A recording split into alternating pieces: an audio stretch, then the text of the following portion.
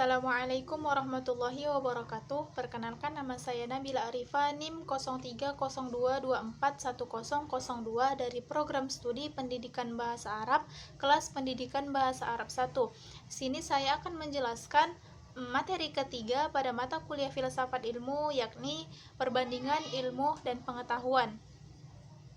Yang pertama, pengertian dari ilmu. Istilah ilmu berasal dari bahasa Arab, yaitu alima ya'lamu, yang berarti tahu atau mengetahui. Secara istilah atau terminologi dapat diartikan sebagai mengetahui secara hakiki. Dalam bahasa Inggris disebut juga dengan science.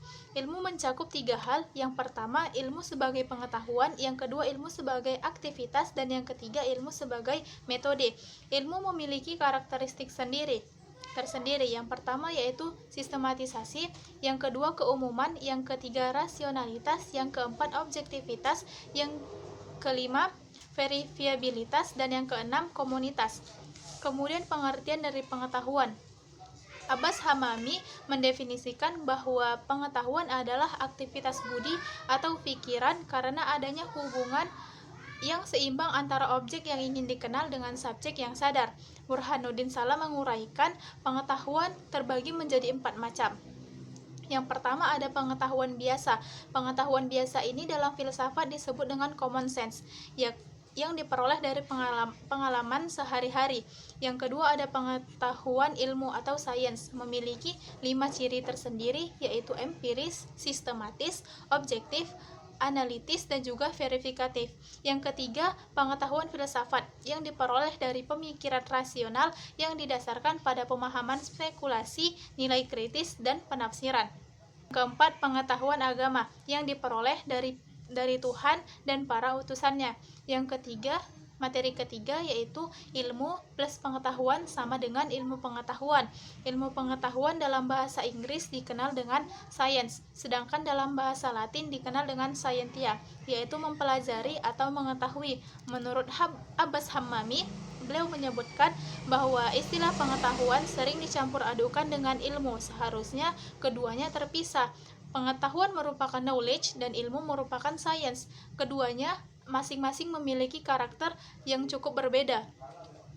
Pujo Wijatno menyebutkan bahwa terdapat beberapa syarat agar pengetahuan dapat dikategorikan sebagai ilmu. Yang pertama, pengetahuan itu harus berobjek, kemudian harus bermetode, kemudian sistematis, dan juga universal. Materi keempat yaitu manfaat ilmu pengetahuan bagi manusia.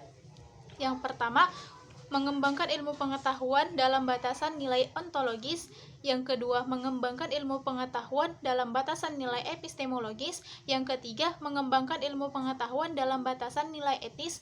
Yang keempat, sebagai konsekuensi kehadiran filsafat ilmu pengetahuan serta mendorong perguruan tinggi untuk kembali ke basis akademik, yaitu Tridharma. Yang kelima, yaitu untuk menyingkap suatu kesatuan komprehensif di dalam hukum-hukum alam.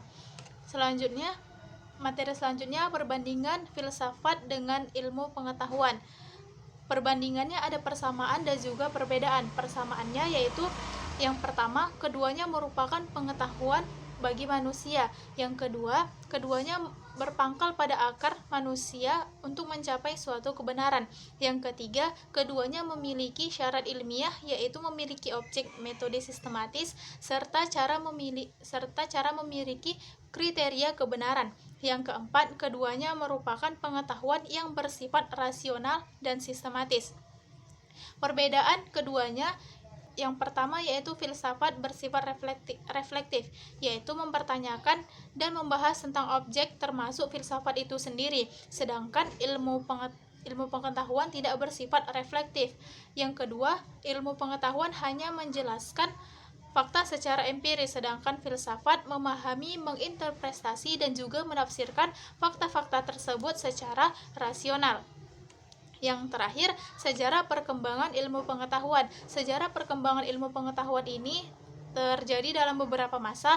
Yang pertama, sejarah perkembangan ilmu pengetahuan pada masa pra-Yunani kuno. Ini terjadi pada 20.000 tahun sebelum Masehi, yang disebut juga dengan zaman batu. Yang kedua yaitu sejarah perkembangan ilmu pada masa Yunani kuno. Yang ketiga, sejarah perkembangan ilmu pada masa zaman pertengahan. Yang keempat, sejarah perkembangan ilmu pada zaman Renaissance. Yang kelima, sejarah perkembangan ilmu pada masa zaman modern. Dan yang keenam, sejarah perkembangan ilmu zaman kontemporer.